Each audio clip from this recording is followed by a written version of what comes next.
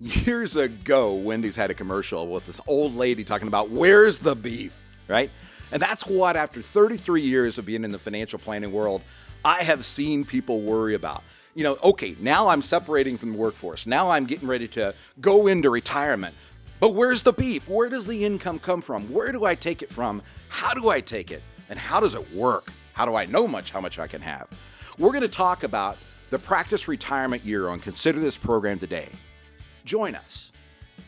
Well, good morning and welcome back to Consider This program. I'm your host, Joe Clark. And I'm Grant Soliven. Grant is one of our senior advisors at the Financial Enhancement Group. Happy to have you along again. Thank you. He was also one of my students at Purdue years ago. He doesn't look near as old as I should be. Well, yeah, there's that. All I say is I taught between 2008 and 2015, and Grant was in there somewhere. That's all I know. But he's got a degree in financial planning from Purdue University. And on one Saturday, I did a case study on the radio. That's what we're doing for you guys today. So Grant's going to read the case off again so that you have the data. And we are talking about your Practice Retirement Year. This segment, this part of the conversation is about where's the beef? In other words, how do I get the income out? So if you missed the first one, or you're listening on a podcast, or you found us on YouTube, on our website, or wherever it is, remember, you can always go back to the podcast to get the whole show. Now, for those of you on WIBC, on our flagship radio program, you only get 3 of these segments. So you're really going to want to go to yourlifeafterwork.com to get the 4th, or the podcast, if Your Life After Work interests you.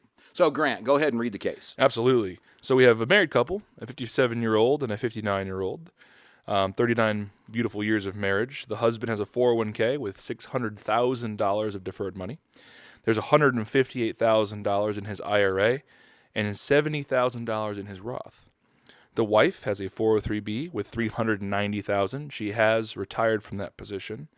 She also has an IRA of $125,000, a Roth IRA with $115,000. They both are great stewards, have 0 debt, and they have $165,000 in the bank. Now they do have it's important to know they do have 2 adult children. One of them does have special needs. And they need $7,500 a month in income net.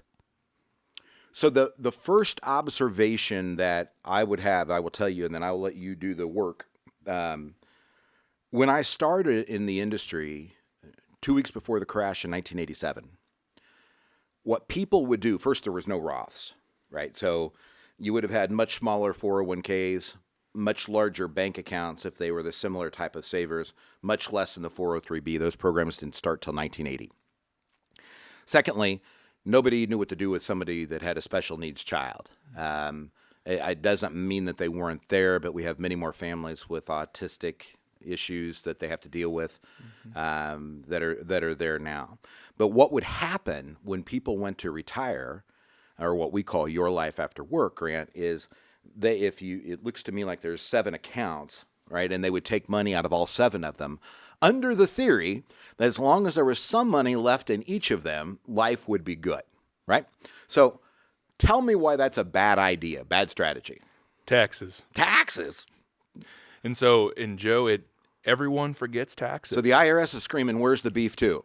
Well, no, the IRS is screaming, thank you, we'll add cheddar cheese, please. So I'll take a double. I'll take a double of that. And here's why. When you're taking money out equally and forgetting taxes, Joe, you put it so well when we started the show. Taxes are constantly changing. And as fiduciaries, we're responsible to take care of our family's best interest. The IRS, they're in charge of taking care of their best interest. And it's a one-hit wonder. I don't ever want you to forget that.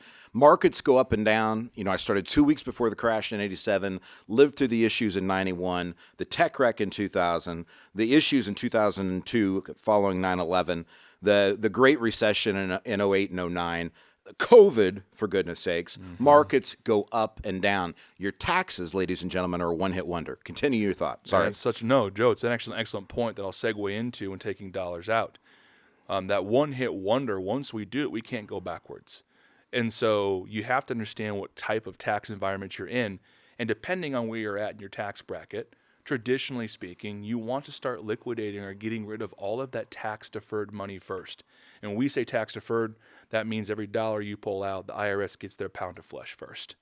And really it's not just tax-deferred buckets. Here's to get a little more into the weeds. So with this husband, for example, oh, just pull the money out of the 401k. Well, what happens if the IRA, the $185,000 was in an annuity contract, right? And so what happens if there's other dollars that were not in an IRA? There were what we call non-qualified or similar money to a bank, and that was an annuity contract, different tax rules.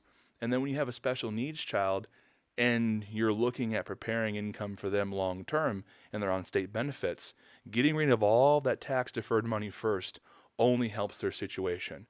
And if the tax code ever changed again and you left that tax deferred money on the table, you could be in the world for some hurt. So the best way to think about our tax code, and Grant and Aaron have done a great job on this in Elements and Focus of teaching you, how to think about the tax code, if you will.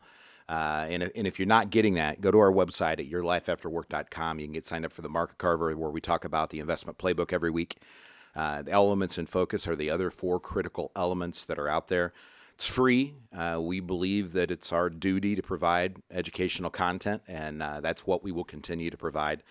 But the best way to think about the tax code is a series of stair steps.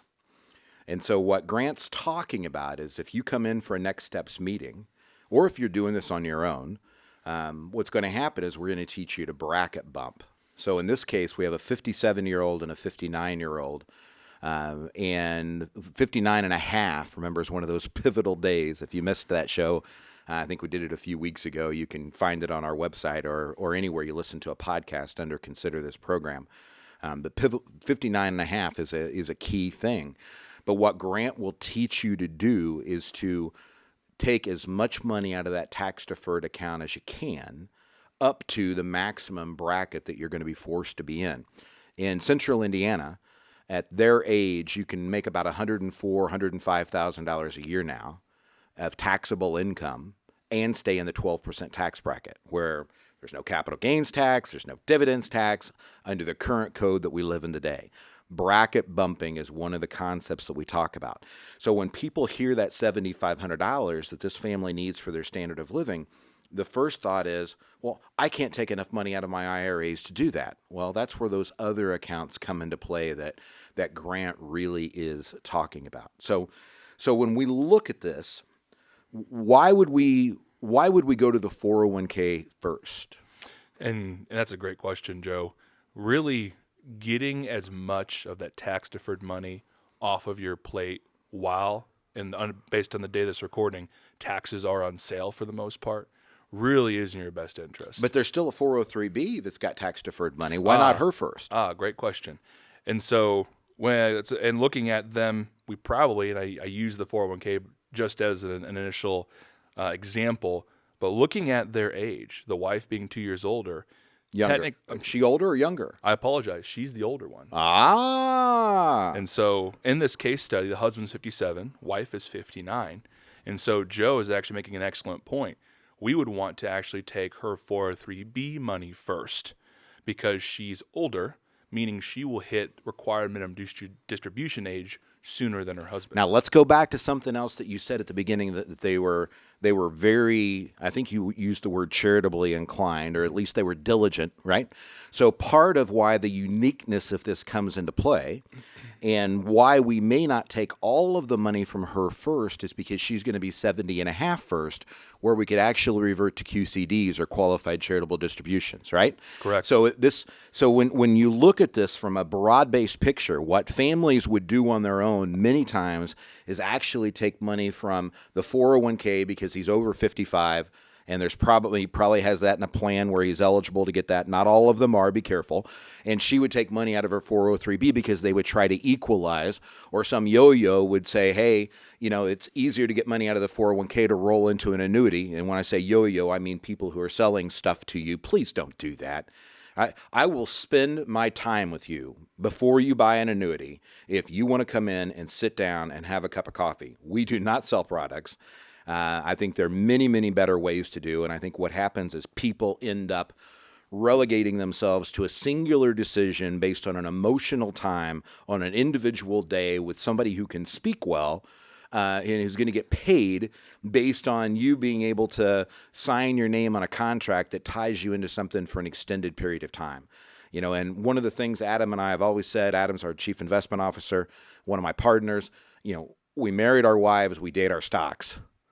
And that's really what you have to think about in this retirement side. This thing is mobile, right? It has to be able to change. We have to be able to adapt it to where the tax code is, to what's going on and what's happening next.